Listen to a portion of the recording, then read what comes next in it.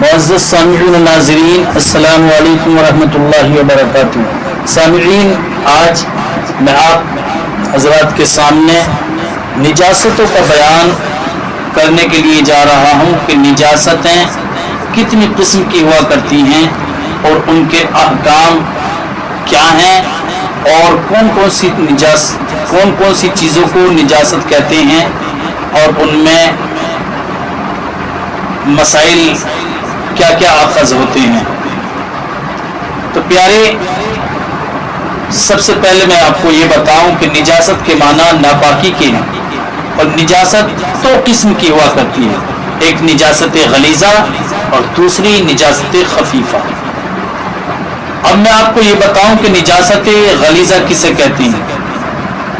ایسی چیز جو انسان کے بدن سے نکلے، جس سے وضو یا غسل ٹوٹ جائے تو وہ نجاست غلیظہ ہے، جیسے پیشاب، پاخانہ اور اسی طرح کی دوسری چیزیں، تو یہ نجاست غلیظہ ہے۔ اور نجاست خفیفہ جو دوسری قسم ہے وہ کیا ہے؟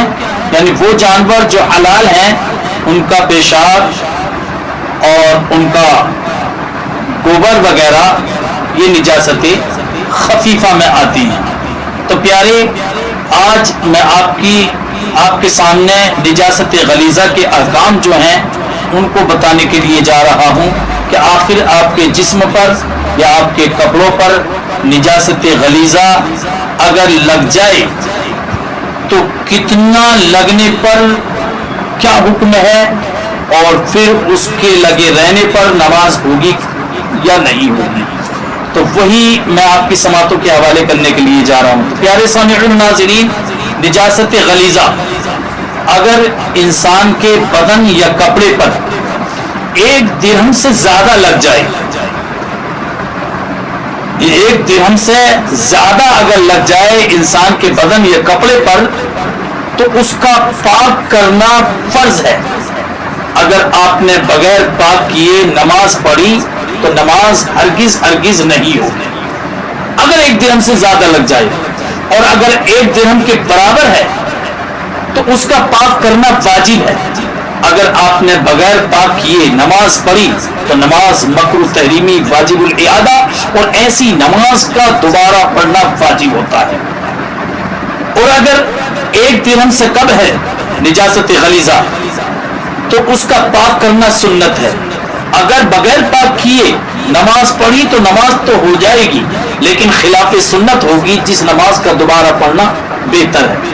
یعنی اس کو یوں سمجھ لیجئے، اگر 1 درہم سے زیادہ ہے تو اس کا پاک کرنا فرض ہے، اور اگر 1 درہم کے برابر ہے تو اس کا پاک کرنا واجب ہے، اور اگر 1 درہم سے کم ہے تو اس کا پاک کرنا سنت ہے۔ اب آپ کے ذہن میں یہ بات آ رہی ہوگی کہ آخر درہم کیا چیز ہے، تو اس کو درہم کو بھی سمجھ لیجئے۔ آپ شرعی حکم کے مطابق درہم کس کو کہتے ہیں؟ ایک درہم کی لمبائی چوڑائی یہ ہے کہ آپ اپنی ہتھیلی کو لیجئے، اور ہتھیلی پر لینے کے بعد ہتھیلی کی جو گہرائی ہے، اس گہرائی کے برابر درہم مانا جائے گا، اس کی لمبائی چوڑائی۔ اس کا پتہ اس طرح چلے گا کہ ہتھیلی کو آپ اپنی پھیلا لیجئے، اور پھیلانے کے بعد اس پر پانی ڈالیے، پانی ڈالتے ڈالتے ڈالتے ڈالتے جہاں تک پانی رکا رہے، بہا نہیں، بہنے سے پہلے تو اتنی لمبائی چوڑائی یہ درہم کے برابر مانی جائے گی۔ جب پانی ڈالتے ڈالتے بہنے لگے تو وہ درہم سے زیادہ ہو جائے گا، جب تک بہا نہیں تب تک درہم کے برابر یہ لمبائی چوڑائی مانی جائے گی، اور بہنے لگے تو وہ درہم سے زیادہ ہے۔ تو یہ درہم کی مقدار ہے اس کی لمبائی چوڑائی کی۔ تو پیارے سامعین و ناظرین، یہ نجاست غلیظہ کے احکام ہیں کہ اگر انسان کے بدن پر یا اس کے کپڑوں پر اگر نجاست غلیظہ 1 درہم سے زیادہ لگ جائے گی تو اس کا پاک کرنا فرض ہوگا۔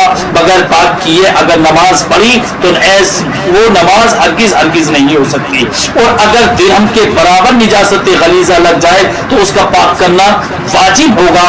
اگر بغیر پاک کیے نماز پڑھی تو نماز مکروہ تحریمی واجب الاعادہ، ایسی نماز کا دوبارہ پڑھنا واجب ہے۔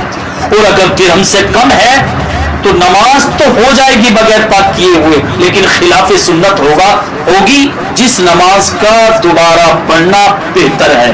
مجھے امید ہے کہ یہ باتیں آپ کو سمجھ میں آ گئی ہوں گی نجاست غلیظہ سے متعلق۔ اب اس کے بعد انشاءاللہ اگلی بار ہم نجاست خفیفہ سے متعلق بیان کریں گے۔ السلام علیکم ورحمۃ اللہ وبرکاتہ۔